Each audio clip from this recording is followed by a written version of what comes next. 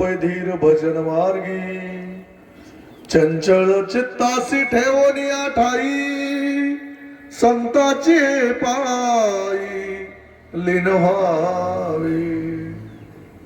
प्रस्तुत प्राप्त प्रसंगी प्राप्त स्थळी सेवेकरिता घेतलेला भंग देहूचे सुप्रसिद्ध साधू श्रीमंत श्री जगद्गुरु तुकोबाराय यांचा बहुतेक करून सर्वांच्या पाठातील सुंदर असा उपदेश प्रकरणातील अभंग आहे.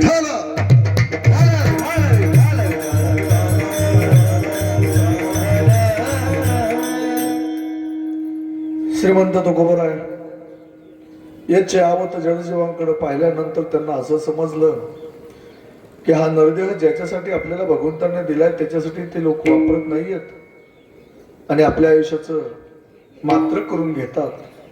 म्हणून त्यांनी आपल्याला काहीसा उपदेश केला आणि अभंगाच्या प्रथम चरणामध्ये श्रीमंत तुकोबाराय बोलतात की एवनी नरदेहा विचाराने सार धरा वापय धीर भजन. बाबानो, एवढा मोठा अगदी सुंदर असा तुम्हाला नरदेह भगवंताने अगदी फुकट दिलेला आहे. मग तुम्ही काय केलं पाहिजे तर सार आणि असार याची निवड करा. सार काय आणि असार काय हे निवडण्या इतपत आम्ही हुशार आहोत का? नाही आहोत. मग ते जे सार आहे ते सुद्धा आपल्याला संत महात्म्यांनी सांगितलं की बाबानो, जो तुम्ही संसार करताय ना तो सार नाही. याचा अर्थ असा नव्हे की जो आम्ही संसार करतोय तो पूर्णपणे सोडायचा आणि जे सार आहे त्याच्या पाठीमागे लागायचं, असंही नाही. असंही सार काय तर भगवंताचं नाम सार आहे. नाम सार सगळ्यात महत्वाचं म्हणजे भगवंताच्या नामाशिवाय दुसरं काही सार नाहीच. आपल्याला 3 वेळा सांगितलं सार सार सार विठोबा नाम तुझे सार. हे सार नाम घेत असताना मग आपण आपला प्रपंच सोडायचा का? बिलकुलच नाही ना. कोण म्हणतं प्रपंच सोडायचा? मग काम सुद्धा करायचं, पण ते काम करत असताना त्या भगवंताचं नामस्मरण घ्यायचं. कामामध्ये काम काही मन राम राम जाईल भवश्रम सुख होईल दुःखाचे. ज्या सुखाची तुम्ही अपेक्षा करता ते सुख तुमच्या जवळ येईल, पण कधी त्या भगवंताचं गोड असं जर तुम्ही नाम घेतलं तर ते नाम खूप गोड आहे. तो भगवंत सुद्धा दिसायला देत नाही. गोड तुझे रूप गोड तुझे नाम देई मज प्रेम सर्व काय. देवाचं रूप सुद्धा गोड आहे. देवाचं नाव सुद्धा किती गोड आहे, खूप गोड. अहो सगळ्यात गोड काय असेल तर अमृत गोड आहे. सगळ्यात गोड काय आहे? ते अमृत गोड आहे. पण त्या अमृतापेक्षा सुद्धा काहीच गोड आहे. हे अमृताहुनी गोड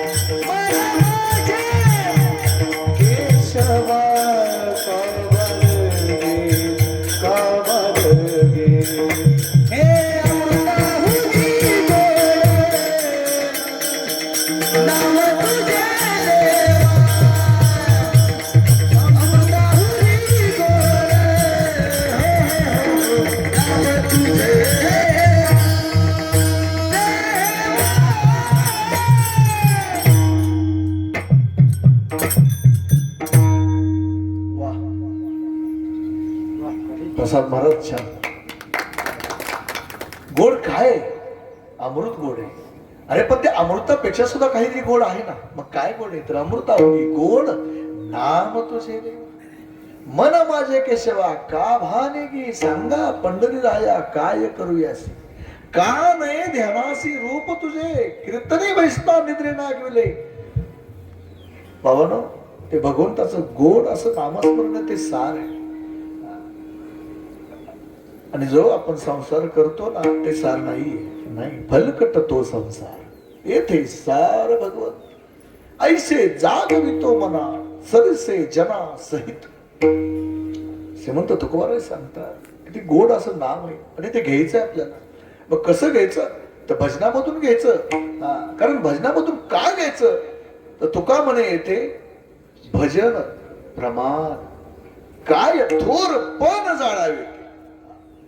तुम्हाला किती थोरपण याच्याशी काही संत महात्म्यांना गरज नाही गरज. पण त्यांना प्रमाण एकच आहे ते म्हणजे फक्त भजन प्रमाण. कीर्तनामध्ये भजन पाहिजे बरं का. कीर्तनामध्ये नुसतं व्याख्यान नको आहे. महत्वाचं भजन महत्वाचं आहे.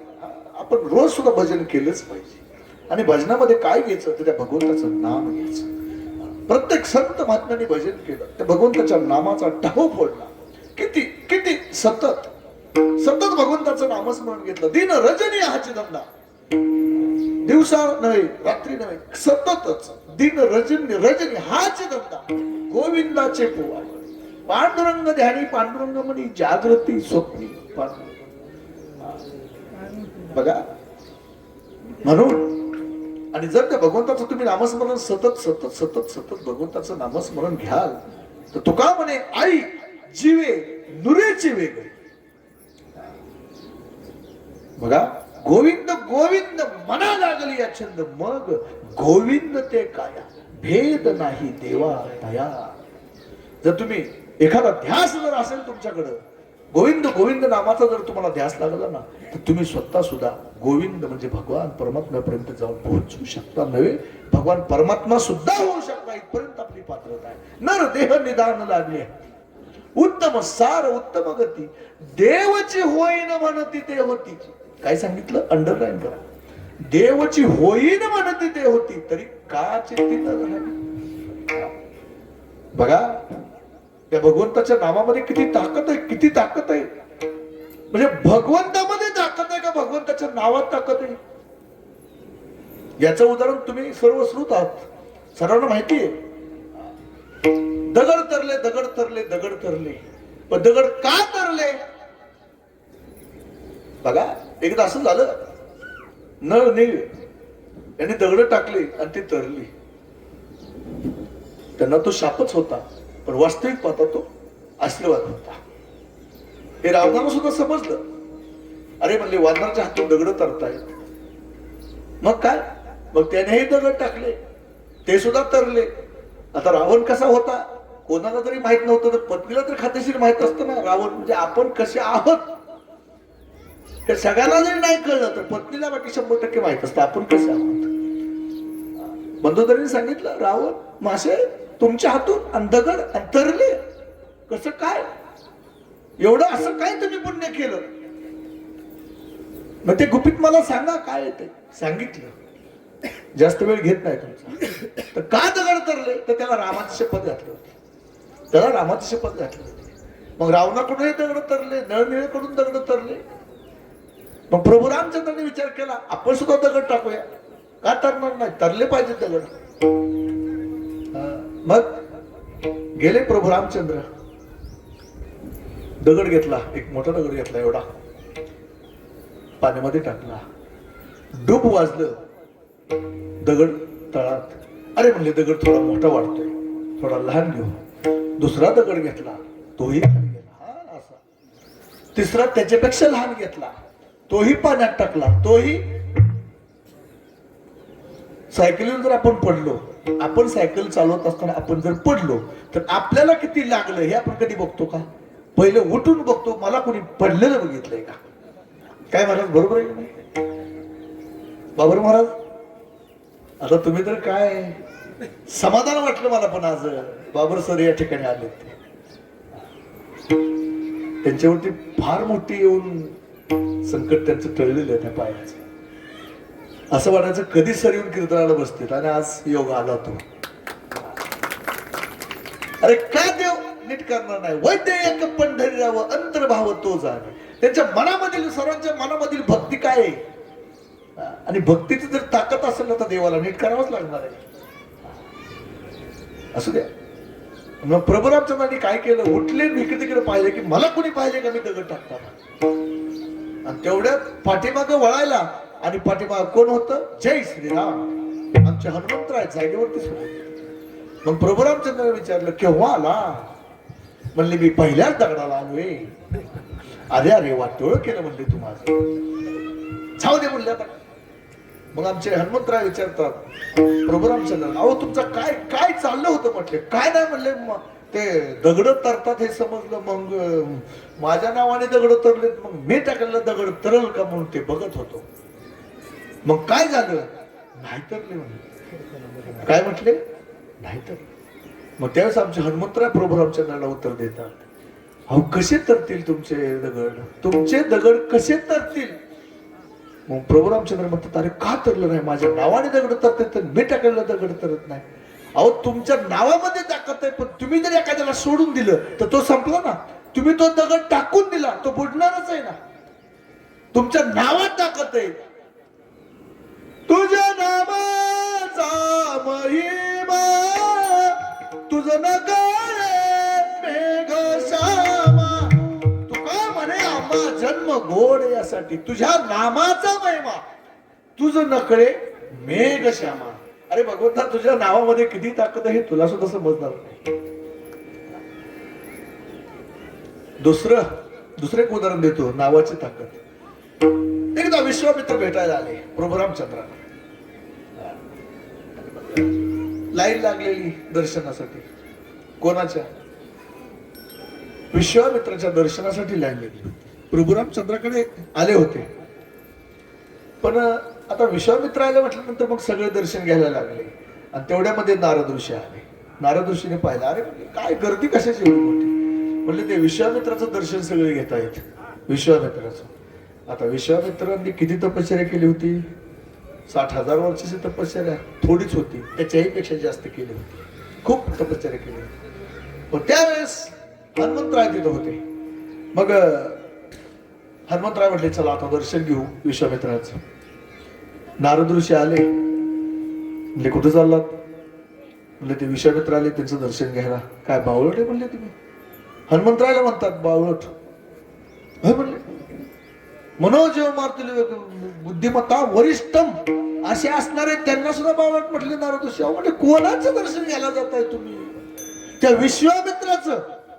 आता त्यांचा प्रकार तुम्हाला माहित नाही का? ते कोणाच्या पाठीमागे लागलं, काय केलं त्यांनी, कसं कसं काय केलं? माझा अधिकार नाही विश्वामित्रांबद्दल अपशब्द बोलण्याचा, हे सांगणार नाही मी. मग त्यावेळेस बोलू नका कोणी इथं, हा ही काय जागा बोलण्याची नाही.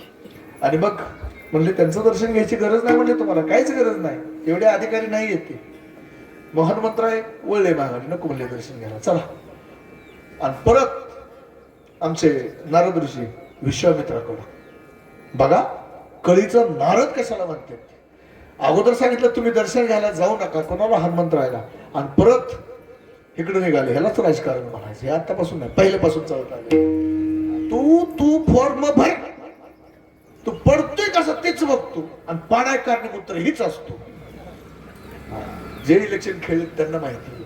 अरे मला वाटलं होतं मी निवडून येणार, काय झालं इलेक्शन झाल्यानंतर कळलं, जो खरा साथीदार होता ना तो त्यांच्या बरोबर फिरायचा, आणि उमेदवार पुढं आणि साथीदार माग. उमेदवार जय हरी मला मत द्या बरं का, आणि तो साथीदार पाठीमागून सांगायचा अजिबात नाही.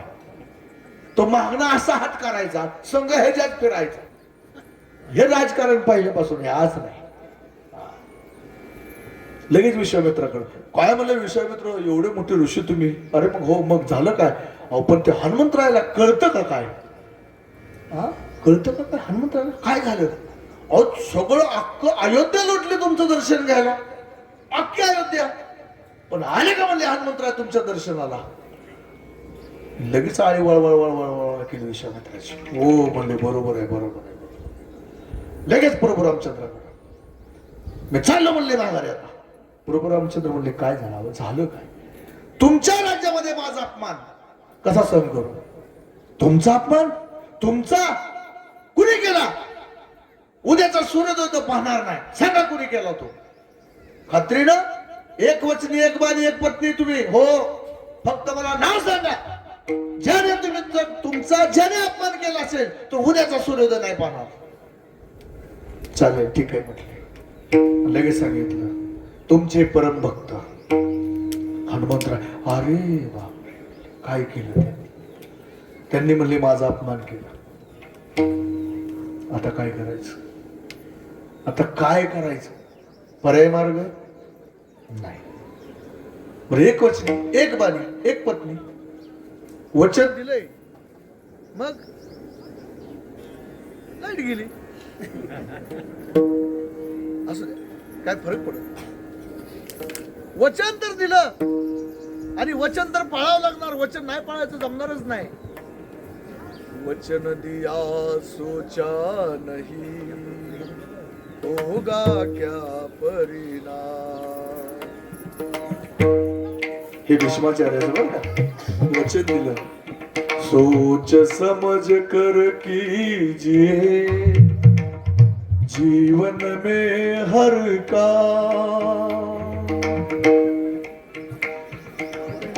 वचन तर दिलं, ठीक आहे म्हटलं, काय अडचण नाही. आणि परत आमच्या नारद ऋषी हनुमंतरायाकडं. मग हनुमंतराय घाबरले होते. आता प्रभू रामचंद्रांचं वचन दिलेलं आहे, ते खोटं होणार नाही. मग नारद ऋषी गेले, म्हणले हनुमंतराय तुम्ही काळजी करू नका. का, आता एक करा. आता म्हणले काय करायचं, आतापर्यंत ऐकून तर सगळं तुमचंच ऐकून केलं, सगळं वाटोळं झालं, आणि आता काय तुम्ही सांगताल, काहीच काळजी करू नका म्हणले, मी आहे तुमचा पाठलागा. चला म्हणले, आता एक काम तर केलं तुमचं ऐकून, आता तुम्ही सांगता तर दुसरं काम. म्हणले उद्या यमुना नदीत जा. बर, जातो. मग काय, स्नान करा आणि पहाटे सूर्योदयाच्या अगोदर तिथं फक्त एकच जप करा. कोणता जप, श्रीराम जय राम जय जय राम. एवढ्यात वाचल मी, 100% म्हणले तुम्ही वाचणार. प्रभू रामचंद्रांनी प्रतिज्ञा केलेली, ही काय प्रतिज्ञा सोपी नाही. प्रभू रामचंद्रांची प्रतिज्ञा आहे ती. काय काळजी करू नका म्हणले, म्हणून नदीत फक्त स्नान करा, जाऊन तिथं बसा. झालं. मग पहाट व्हायच्या आतच हनुमंतराय यमुना नदीत गेले, स्नान केलं आणि आले ना एका जागेवरती बसले आणि चालू केलं, श्रीराम जय राम जय जय राम, हरे राम जय राम जय जय राम, श्रीराम जय राम जय जय राम, श्रीराम जय राम जय जय राम, श्रीराम जय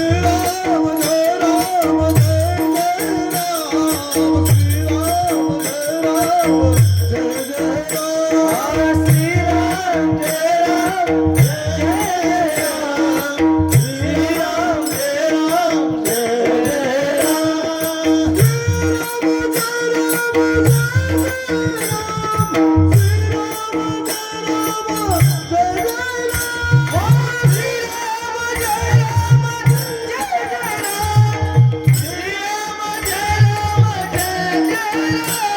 राम, श्रीराम जय राम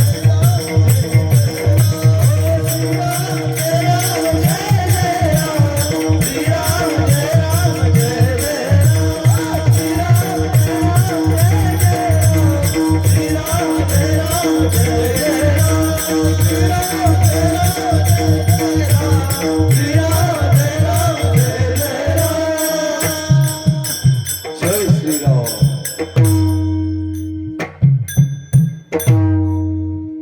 बंद करू वाटतंय का तुम्हाला म्हणताना? आहे का नाही, गोड तुझे रूप गोड तुझे नाम, आहे का नाही, अमृतापेक्षा सुद्धा गोड. अहो ते बंद करू वाटत नाही. आता कीर्तन करायचे म्हणून मला सांगावं लागतं, पण श्रीराम जय राम जय जय असं जप करायला लागलो ना, ते बंद करू वाटत नाही. मग बोलू नका, कुणी बोलू नका, पाया पडू का तिथे तुमच्या. बरं तुम्हाला हितच आल्या बोलायचं होतं, हा मग चला असू द्या, विनोदानं बरं का, रागवू देऊ नका. आणि मग जप चालू केला. इकडे प्रभू रामचंद्र त्यांनी बी स्नान उरकलं, आलं म्हणले आता हनुमंतरायाला मारून टाकायचं आपल्याला, पर्याय नाही आता. आणि गेले. आता प्रभू रामचंद्र गेले बाण घेऊन, आता कोदंड बाण लावला, पर्याय नाही आता. काय एवढा तरी मोठा भक्त होता, तर शेवटी ते सुद्धा गुरु होते विश्वामित्र, वचन दिलेले. विश्वामित्र इथं उभं राहिले, प्रभू रामचंद्र ह्या साईडला उभं राहिले. धनुष्य बाण काढला, पहिला बाण सोडला. आता बाण सोडला की तो बाण माघार येणार का? कधीच येणार नाही. एक बाण 100% येणार नाही.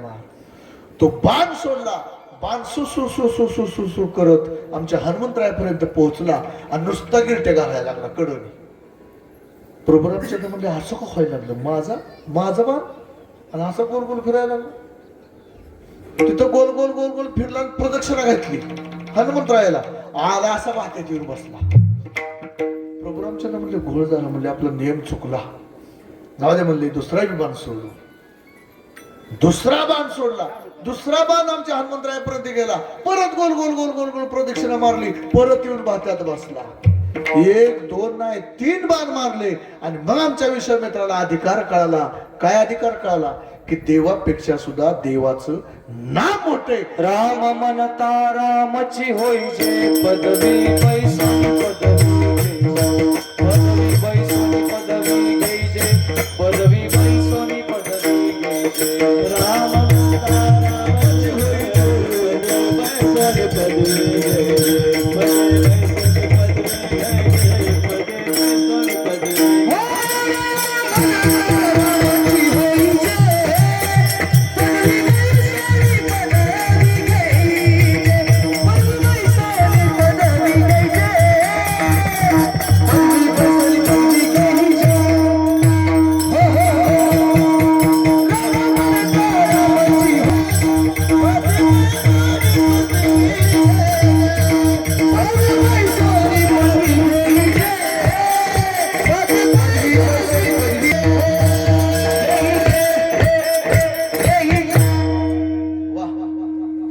राम म्हणता रामची होईजे पदी पदी बैसोनी पदवी घ्यायची. आयशे सुख वचनी आहे विश्वासी अनुभव पाहिजे. आमच्यावरती तुमचा विश्वास नाही तर तुका म्हणे नाही विश्वास ज्या म्हणे पहावे पुराणे विचार. म्हणून देवाचं नाव याच्यामध्ये इतकी ताकद आहे की देवामध्ये ताकद कमी आहे पण देवाच्या नावामध्ये ताकद आहे. म्हणून तुझ्या नामाचा महिमा तुझ न कळे मेघ श्याम. आणि ते भगवंताचं नाव हे सार. किती सार आहे, सार सार सार. नाम साराचे सार. शरणागत यमकेर कर उत्तमा उत्तम वाचे बोला पुरुषोत्तम. आणि ते नाम आहे ना ते सार आहे. आपल्याला समजत नाही सार काय असार काय. आपण सार समजतो, काय समजतो, हा प्रपंच हा संसार. पण ते सार आहे का.